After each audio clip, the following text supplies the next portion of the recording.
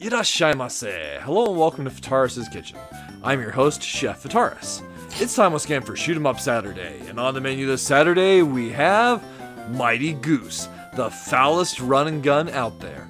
What kind of taste will it have? Let's get cooking and find out. From developer Blast Mode and published by Playism, Mighty Goose released for all major platforms in early June 2021. Now this title has been a fun run and gun to me, and it really kind of encapsulates the soul of titles like Metal Slug. But don't just take my word for it. Let's go and dive into the game, and you can kind of make up your own opinion based off of what you see. Starting the game, we're taken to this screen here, and there's a bit of a menu to this, but I'm going to start off by just showing you the mission, or rather the game from the beginning of the mission. So once you select Start Mission, you're taken to this mission map. There's this Void Prison available initially, and then you'll unlock 8 additional stages, plus Hard Mode or New Game Plus, depending on how you want to look at it after you complete the final stage. Selecting the stage brings up this screen here, which gives you just a brief description of what you're doing here. Free Commander Vark from the clutches of the Void. It also gives you your last clear rank, or it would say not cleared if you haven't cleared it before. And then selecting the stage gives us this loading screen, which you'll see a fair bit. And we get a rather stylish intro. So basically our hero, the bounty hunter Mighty Duck, the bounty hunter Mighty Goose is hunting down this galactic force known as the Void. And here he is, our hero, Mighty Goose, and his sidekick, Regular Duck. So this is the way that the game kind of starts out, minus one thing. I do have some extra ammunition for a special weapon. If you happen to finish a stage or exit a stage early with special ammunition, you'll keep that. But rather than talk about that, let's talk about our basic controls. So the game itself has some really nice tight controls as far as your movement. The jumps are a little floaty, but that's kind of appropriate seeing as it looks like Mighty Goose is a little bit on the bionic side. We do have, throughout the course of the gameplay, there are these cutscenes and dialogue that keep on popping up. Unfortunately, they pop up even if you've played the stage multiple times. So with our bionic Mighty Goose, the jumps do feel a little bit floaty, but we also have the ability to, of course, shoot.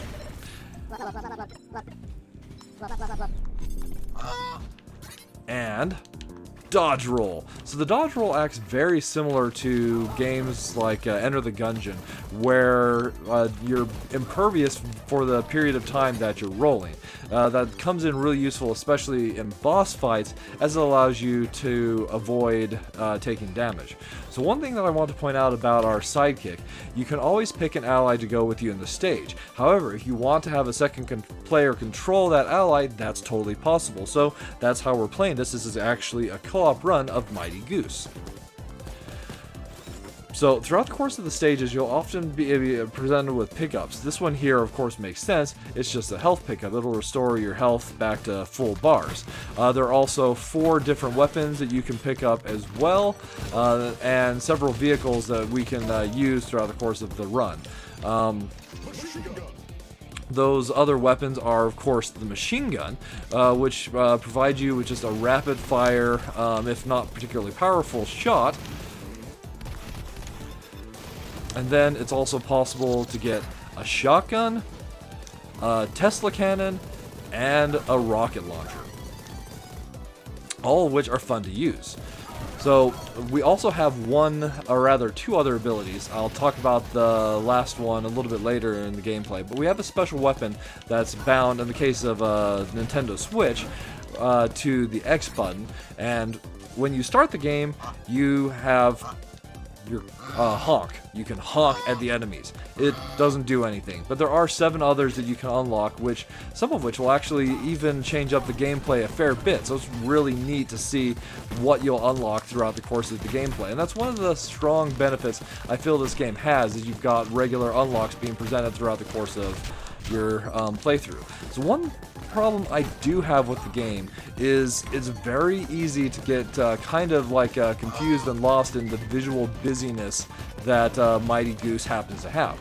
There are situations where I have a hard time telling what's going on around me, because either it'll There'll just be so much busy explosions going on, and you'll just not see really what it is that dealt damage to you. That can definitely be a problem. There's a perfect example. I know it was a grenade, but there was like so much going on that it was kind of hard to see the grenade that took me out.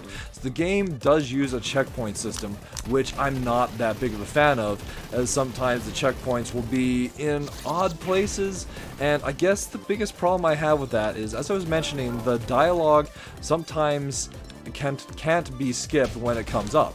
And one of the places that you'll encounter like the dialogue is like right after a checkpoint, so you're seeing the same dialogue box, or in the case of like the first stage of tutorial, over and over again. That's just a little bit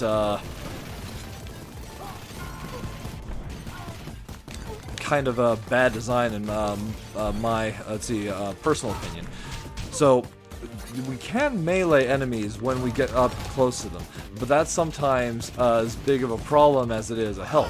It's useful to melee the shield-bearing enemies, but other than that, a lot of times you just want to shoot enemies, and if you get up close to an enemy, you'll actually start meleeing them, even if you want to fire long range. And like I kind of wish that the melee was bound to a different button, so I had the choice of whether to melee or use the long-range weaponry that we have at our disposal, as that's like Mighty Goose's like strength.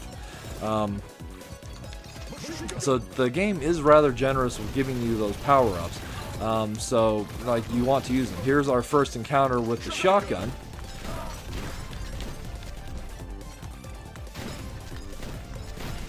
Which, while short range, I do happen to quite like, as it actually covers a lot of space.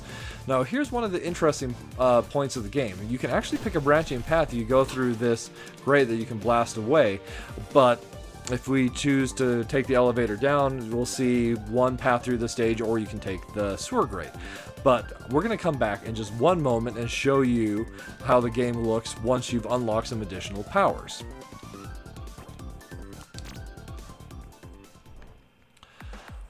So back at the main menu, I said there was more to this main menu than just the start mission.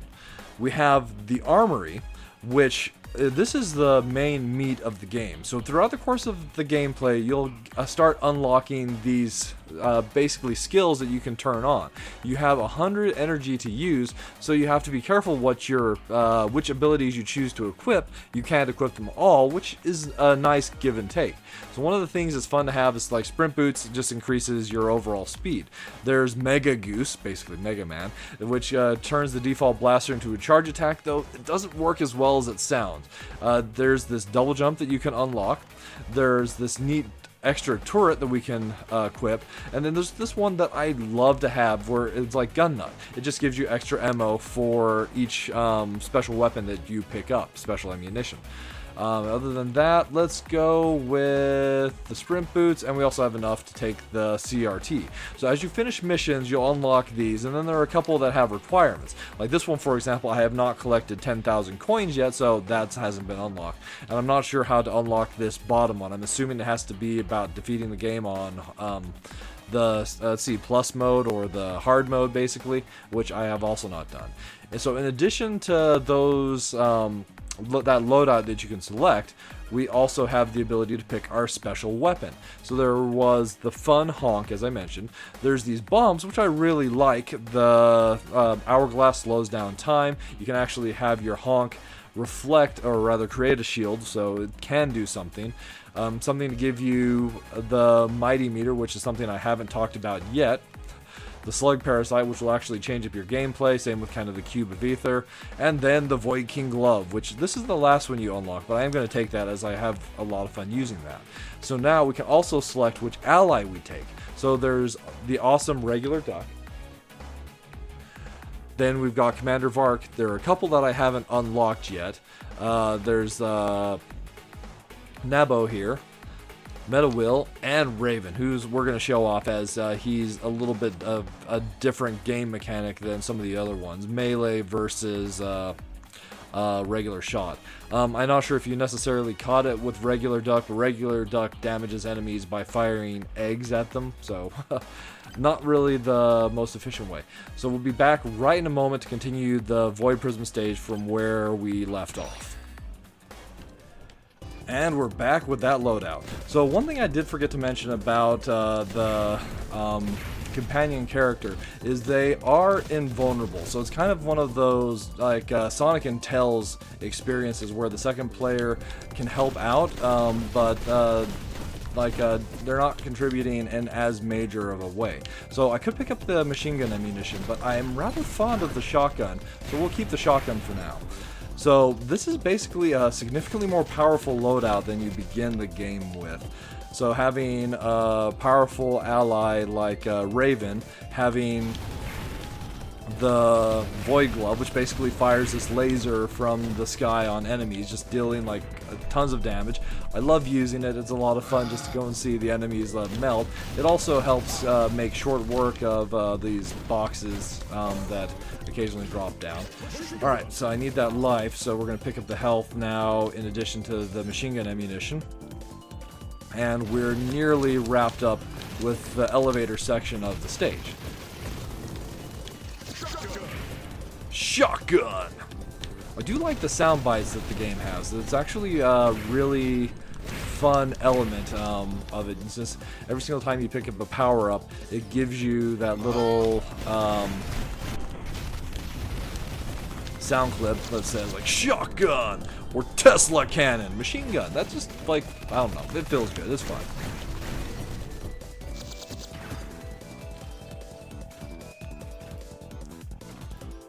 So elevator section complete, and we transition to the next section. So here's the checkpoint that I was complaining about.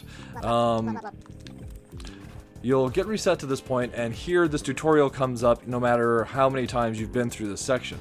Basically saying you can fire downward, which is actually pretty neat because it will either slow your descent or like you can even kind of do a little bit of a shotgun jump with a shotgun. That's kind of neat. So here's the Commander Vark that we've been sent to rescue. We've got him, so we need to, like, just leave, right? Unfortunately, it's not that easy. After, of course, rescuing the prisoner, you're set to free from a prison. What do you always have to face? A boss. So in this case, the Warden. And this is your first boss fight, so it's not overall too difficult. There are some interesting elements. It's got the two mini guns on either side of it that will be dealing damage to us. In addition to that, when he leaves the screen, he'll be dropping down these boxes, and we see the rocket launcher for the first time. One thing that's fun about the rocket launcher, it homes. So we do have to be careful not to take additional damage from both the rockets he's firing, as well as the miniguns that his lackeys have.